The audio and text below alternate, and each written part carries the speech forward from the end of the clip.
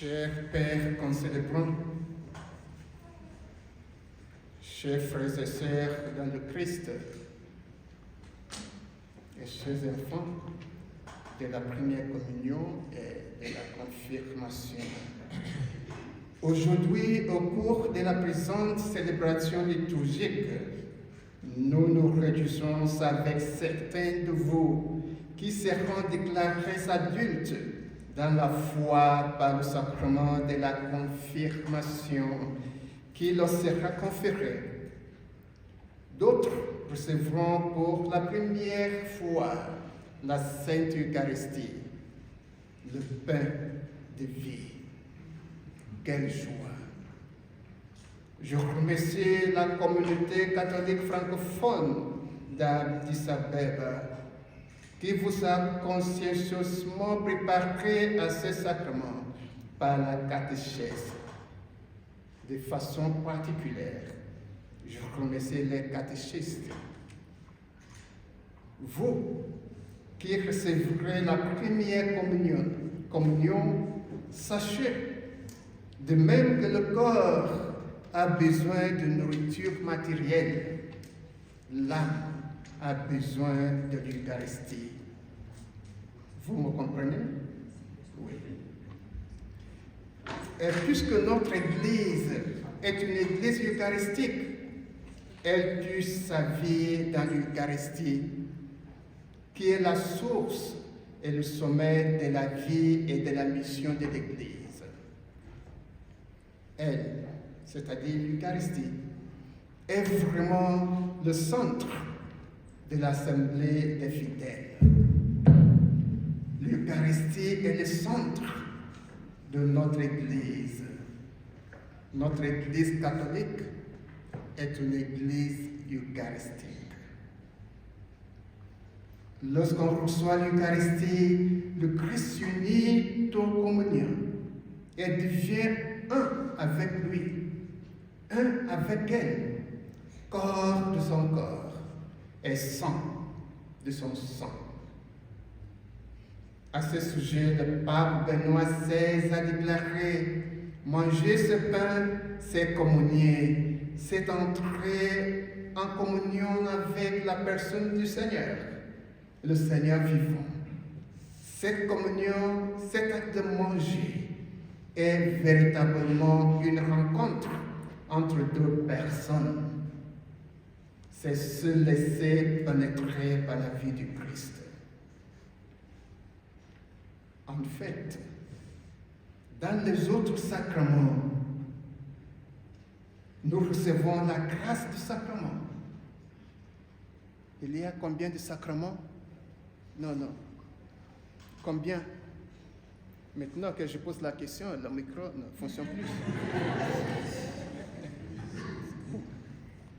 Oui, vous devant, il y a combien de sacrements? Répondez. Oui, courage. N'ayez pas peur. Ce que je disais avant, que ma devise épiscopale est: n'ayez pas peur. N'ayez pas peur de tenter, d'essayer, même si vous vous trompez. N'oubliez pas ça dans votre vie. N'ayez pas peur d'essayer. Il y a 7 sacrements. En fait, dans les autres sacrements, nous recevons la grâce qui vient de ces sacrements-là. Mais dans l'Eucharistie que vous recevez aujourd'hui, dans l'Eucharistie, nous recevons pas seulement la grâce du sacrement, mais le Christ lui-même. C'est pour ça que nous disons: il devient un avec vous, avec nous. Le Christ vit en celui, en celle qui le reçoit. Imaginez la grandeur de cela. Pour ceux qui recevront le sacrement de la confirmation, Charlotte, Grâce Ashley. Don Jacob. Qui est Don Jacob? Don, comme prêtre. Don Jacob et Christera. C'est avec plaisir que j'accepte la candidature de chacun d'entre vous. J'ai reçu vos lettres, des magnifiques lettres ailleurs, dans lesquelles chacun de vous exprimait son désir de recevoir le sacrement de confirmation et comment vous espérez qu'il transformera et guidera votre vie. Félicitations à vous tous.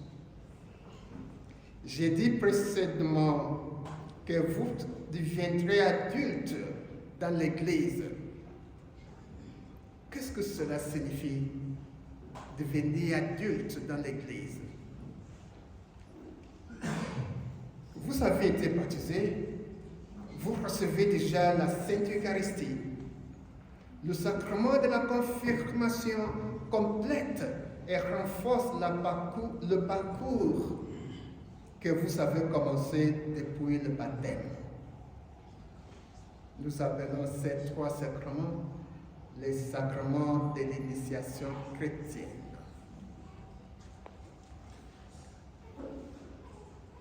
En effet, en acceptant de recevoir la confirmation, vous dites oui à une responsabilité au sein de l'Église.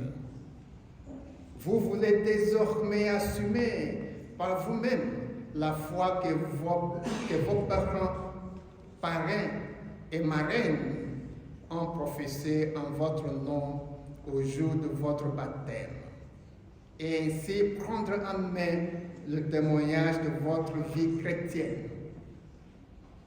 Voilà pourquoi ce sacrement s'appelle confirmation.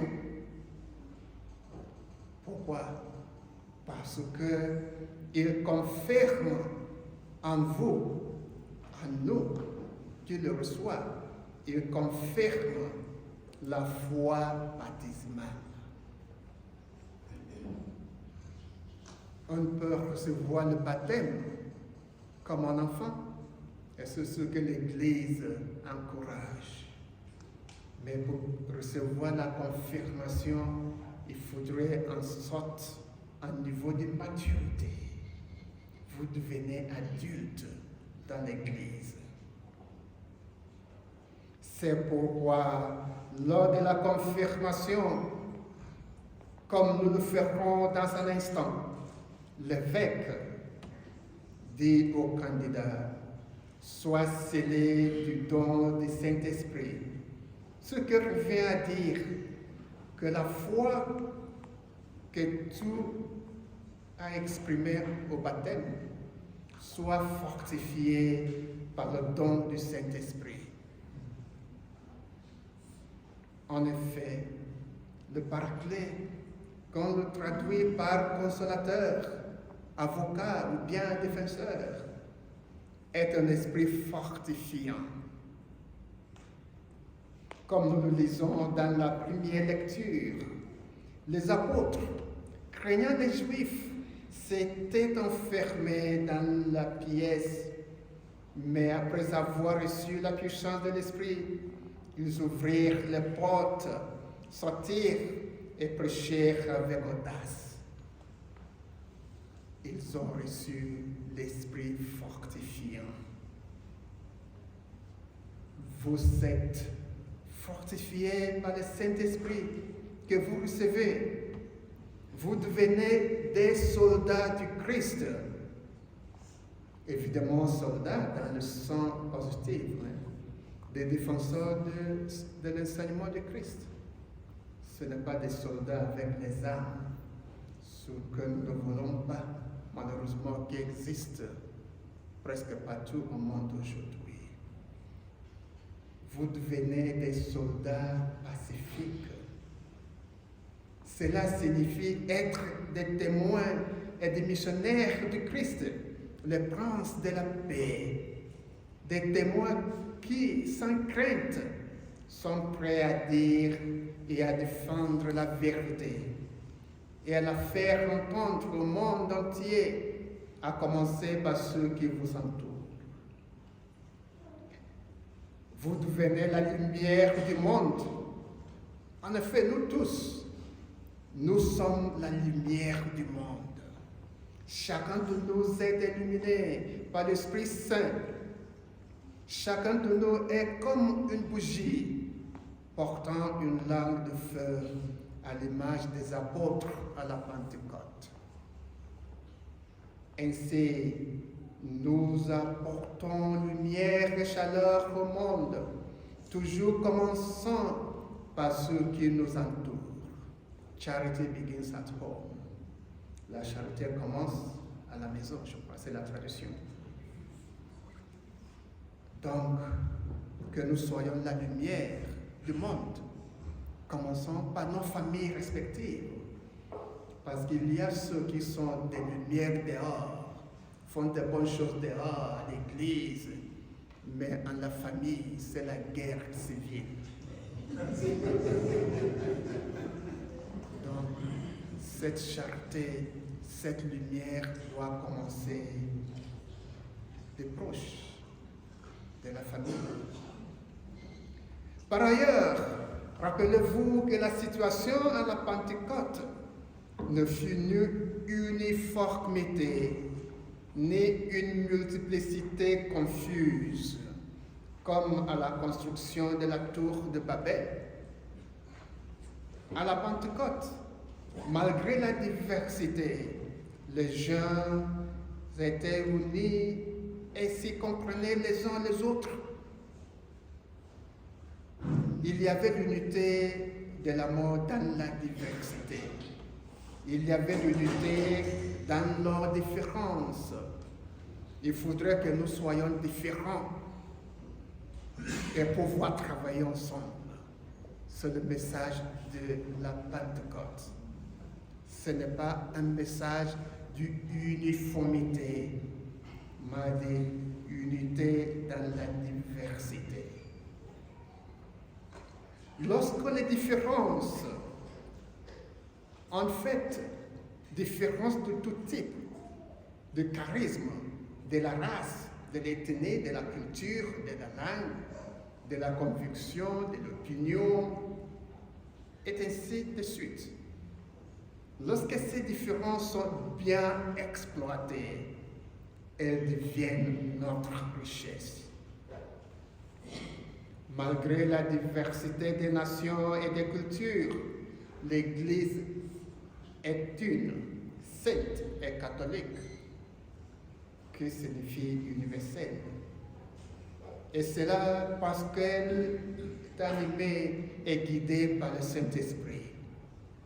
Aujourd'hui, toutes les nations du monde entendent et comprennent le même message de Dieu dans leurs langues respectives, parce qu'il y a la force unificatrice de l'Esprit Saint. Prions pour que l'Esprit Saint soit toujours avec nous, nous fortifiant et nous unissant. Que le Seigneur vous bénisse tous et bonne fête de la Pentecôte. Amen.